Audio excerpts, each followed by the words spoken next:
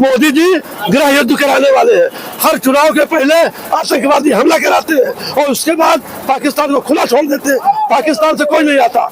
अभी जो पहलगाम में हमला हुआ है ये साबित नहीं कर पाए विश्व के आगे कि ये पाकिस्तान का सरकार बन जाती है। लूट की सरकार है ये। और जो देश में सरकार बनी है, माननीय राहुल गांधी जी ने भी एक्सपोज किया है, माननीय केजरीवाल जी ने दिल्ली में बताया था ये वोट चोरी हो रही है। वोट परसेंटेज बढ़ाया जा रहा है, चुनाव के बाद वोट परसेंटेज बढ़ाया जा रहा है। नई दिल्ली सीट के ऊपर 40,000 वोट की हेराफेरी की माननीय केजरीवाल जी को जानबूझ के हराया गया। तो ये लोकतंत्र में वोट की हत्या हो रही है, वोट चोरी हो रही है। भाजपा सरकार लूट मचाए हुए सब कुछ गलत सलत न्याय और SIR मुद्दा ये लाई है और बिहार के अंदर सिस्टम खराब कर रखा है।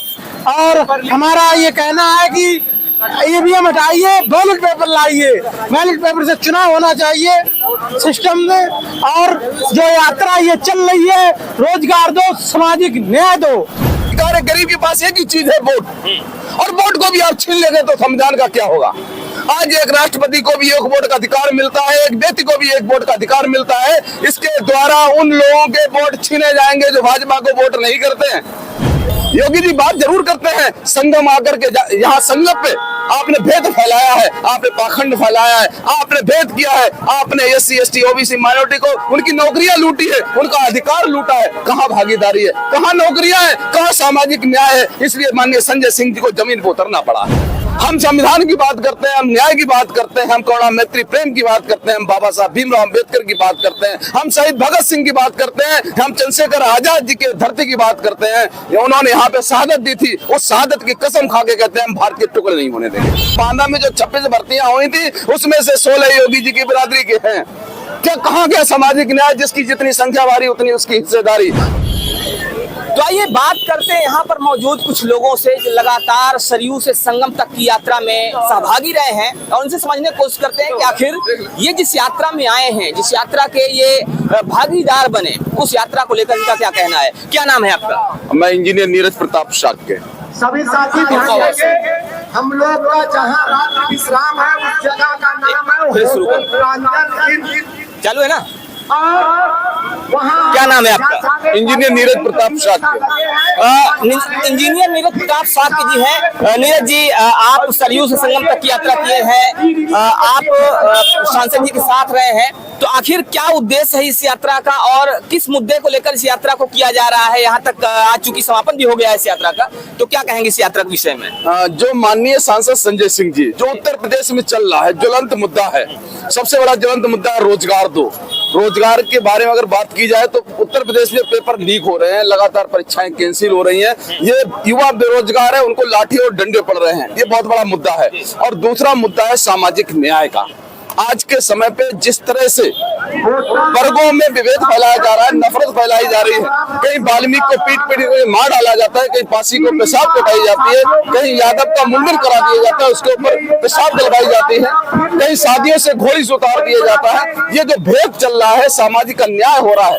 और माननीय योगी जी जो कि कुछ वर्ग विशेष को ही नौकरियां दे रहे हैं, तो ये भेद जो चल रहा है उसके खिलाफ SC ST OBC माइनॉरिटी को जो अत्याचार हो रहा है उसके विरोध में ये जो है मार्च किया गया है। जो सरयू से लेकर के संगम तक जो यात्रा चली है, लगातार 13-14 दिन जो हम लोग पैदल चले हैं, ये लोगों में संदेश देने के लिए हम लोग आए हैं कि रोजगार हमारी जरूरत है, हमें आपके पाखंड और आपके उससे जरूरत नहीं है। हम देश को जोड़ने वाले व्यक्ति हैं, देश को तोड़ने वाले व्यक्तियों को जवाब दिया जाएगा।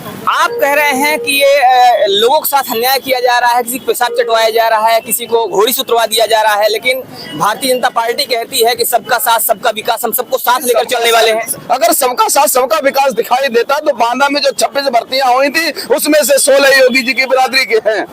क्या कहाँ गया सामाजिक न्याय, जिसकी जितनी संख्या बारी उतनी उसकी हिस्सेदारी।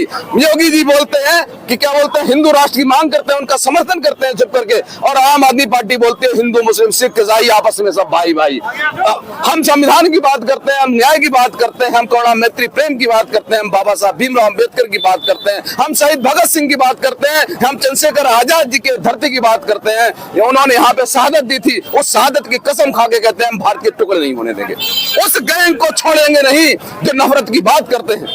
योगी जी बात जरूर करते हैं संगम आकर के यहाँ संगम पे आपने भेद फैलाया है, आपने पाखंड फैलाया है, आपने भेद किया है, आपने SC ST OBC माइनॉरिटी को उनकी नौकरियां लूटी है, उनका अधिकार लूटा है। कहाँ भागीदारी है, कहाँ नौकरियां है, कहाँ सामाजिक न्याय है? इसलिए माननीय संजय सिंह जी को जमीन पर उतरना पड़ा है।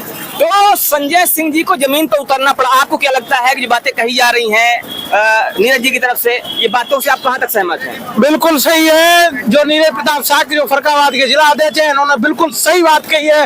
भाजपा सरकार लूट मचाए हुए सब कुछ गलत सलत न्याय और SIR मुद्दा ये लाई है और बिहार के अंदर सिस्टम खराब कर रखा है। और हमारा ये कहना है कि EVM हटाइए, बैलेट पेपर लाइए, बैलेट पेपर से चुनाव होना चाहिए सिस्टम में। और जो यात्रा ये चल रही है, रोजगार दो, सामाजिक न्याय दो और रोजगार दो, सामाजिक न्याय दो। SIR का मुद्दा इस समय जोर पकड़ रहा है। उत्तर प्रदेश में भी SIR शुरू हो गया है, क्या कहेंगे इस पे? देखिए SIR का मुद्दा है, ये जनता के जो मौलिक अधिकार है। गरीब के पास एक ही चीज है, वोट। और वोट को भी आप छीन लेंगे तो संविधान का क्या होगा? आज एक राष्ट्रपति को भी एक वोट का अधिकार मिलता है, एक व्यक्ति को भी एक वोट का अधिकार मिलता है। इसके द्वारा उन लोगों के वोट छीने जाएंगे जो भाजपा को वोट नहीं करते हैं। BLO को BJP कार्यालय में बिठाया जा रहा है। आज फर्रुखाबाद मैंने पूरे प्रदेश में 16 से ज्यादा BLO ने सुसाइड कर लिया है, मर गए हैं, हत्याएं हो रही हैं। और ये जनता के, मैं बोलता हूँ, गला घोटने वाली बात है। ये पूरे संविधान को खत्म करने वाली बात है। अगर व्यक्ति को वोट से वंचित कर दिया गया तो इसका मतलब है आप लोकतंत्र का गला घोटने का काम करेंगे। तो यहाँ पर नीरज जी कहना है कि उनको वोट से वंचित करने के लिए SIR लाया गया है। लेकिन SIR की जो बात, आप इधर आ जाइए। SIR की जो बात है, SIR कहा जा रहा है कि जो विदेशी यहाँ बाहर से आ गए हैं, जो घुसपैठिए हैं, घुसपैठियों को बाहर किया जाएगा। क्या कहेंगे इस पे? घुसपैठिए, जब बिहार में घुसपैठिए का मुख्य चुनाव से पूछा गया कितने घुसपैठिए मिले, उनका मुंह बंद रह गया, वो चुपचाप रह गए। मैं बोलता हूँ जो अज्ञानेश कुमार जी कर रहे हैं वो देश के साथ देशद्रोह है और उसकी सजा बिहार में देख रहे हैं आप क्या हुआ है। वहां पे वोट चोरी की गई है, वहां पे EVM को सेट किया गया है, वहां पे लोकतंत्र की हत्या की गई है और आज जनता सड़क पे है। जिन योगी जी के मंत्रियों को, जिन उप मुख्यमंत्री के ऊपर कूड़ा फेंका गया, उनको गोबर में फेंका गया, उनके सांसदों और विधायकों को घुसने नहीं दिया गया और वो जाकर के वोट में चले जाते हैं। पिंटू कुमार जो बलात्कारी है सब जानते हैं, सबके सामने उनका वोट आया है तो ये लोकतंत्र के ऊपर उन्होंने थूकने का काम किया है, उसको जिता करके पहुंचा दिया। और लेकिन आप इतने आरोप लगा रहे हैं, उसके बावजूद बिहार में NDA की सरकार बन जाती है, इस पे क्या कहें? नहीं, सरकार बन जाती है, लूट की सरकार है ये। और जो देश में सरकार बनी है, माननीय राहुल गांधी जी ने भी एक्सपोज किया है, माननीय केजरीवाल जी ने दिल्ली में बताया था ये वोट चोरी हो रही है। वोट परसेंटेज बढ़ाया जा रहा है, चुनाव के बाद वोट परसेंटेज बढ़ाया जा रहा है। नई दिल्ली सीट के ऊपर 40,000 वोट की हेराफेरी की, माननीय केजरीवाल जी को जानबूझ के हराया गया। तो ये लोकतंत्र में वोट की हत्या हो रही है, वोट चोरी हो रही है, प्रशासन का इस्तेमाल हो रहा है। तो ये मुझे नहीं लगता ये लोकतांत्रिक सरकार, ये तानाशाहों की सरकार है। तो यहाँ पर कहना ये है कि तानाशाहों की सरकार है, ऐसी सरकार को हटा देना चाहिए। क्या कहेंगे इस पे आप? चुनाव आयोग जो है इसको बदल करके कानून ला करके इसके ऊपर कोई केस नहीं होगा। मोदी जी ने अपना रखेल बना लिया है, इसीलिए उसको डर नहीं है। कोई बात सुनी नहीं जा रही है, सबूत कोई सुने नहीं जा रहे, जवाब कोई दिया नहीं जा रहा है। जब सरकार जवाब नहीं देती तो तानाशाह हो जाती है। पैसे के बल पर ये लोगों को वोट खरीदने की सोचते हैं और फिर भी नहीं मिलता है तो डबल EVM लगा करके वोट चोरी करते हैं। 7,42,00,000 से 7,45,00,000 कैसे हो गए? और 66.9% वोट पड़ा है। आप एक बड़ा आरोप लगा रहे हैं कि डबल EVM लगा के चोरी करते हैं, ये आप बिल्कुल लगा रहे। अगर हिम्मत है मोदी में या सरकार के किसी व्यक्ति में तो बैलेट से वोट करा ले, जमानत न जब्त हो जाए तो कहे, अगर हिम्मत है तो जवाब तो दे। तो एक खुला चैलेंज ये है कि अगर हिम्मत है तो बैलेट पेपर से वोट कराएं और अगर जमानत ना जब्त हो जाए तो कहना।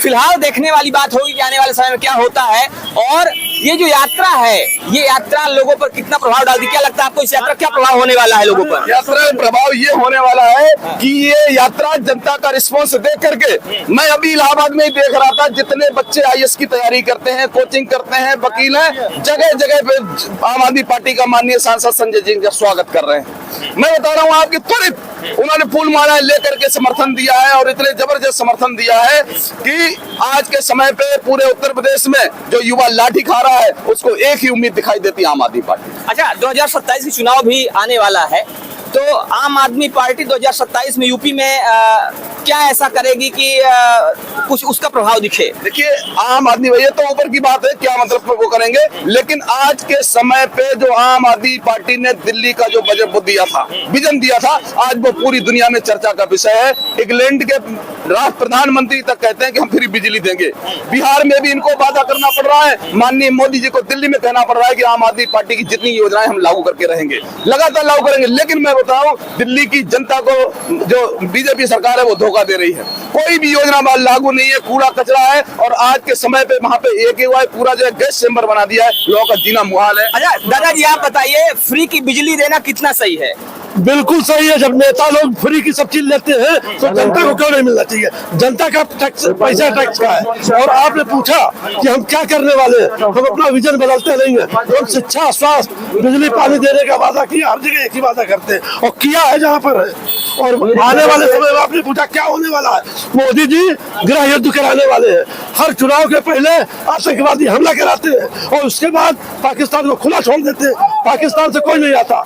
अभी जो पहलगाम में हमला हुआ है, ये साबित नहीं कर पाए विश्व के आगे कि ये पाकिस्तान से आया हुआ है। तो आप ये एक बड़ा आरोप ये भी लगा रहे हैं कि मोदी जी ने हमला करवाया है, हर चुनाव से पहले हमला करवा देते हैं। हर चुनाव से पहले आप देख लीजिए, 2014 के बाद से हर चुनाव के पहले, चुनाव के बाद 2 दिन बाद कोई न कोई ऐसा हमला होता है जो जिससे चुनाव का ध्यान हट जाता है। अच्छा काम का हमला होता है, गुजरात की सरकार बनती है, जब आपका जो है गोधरा कांड होता है, माननीय प्रधानमंत्री बनते हैं। इसके बाद पुलवामा कांड होता है, ये 2019 का चुनाव जीतते हैं और ये पहलगाम घटना करा करके ये वाला चुनाव जीतते हैं। तो मैं बोलता हूँ, जब भी चुनाव आता है तब ये हमला होता है, इसके ऊपर प्रश्न चिन्ह बनता है। आप देख लीजिएगा, चुनाव आएगा या फिर आतंकवादी हमला होगा, या गृह युद्ध होगा। तो 2027 के चुनाव से पहले एक बार फिर से हमला होने वाला है। निश्चित रूप से कोई रोक नहीं सकता। ये खुद कराते हैं, ये खुद कराते हैं। तो एक बड़ी बात है कि 2027 के उत्तर प्रदेश के चुनाव से पहले एक बार फिर से आतंकवादी हमला होगा।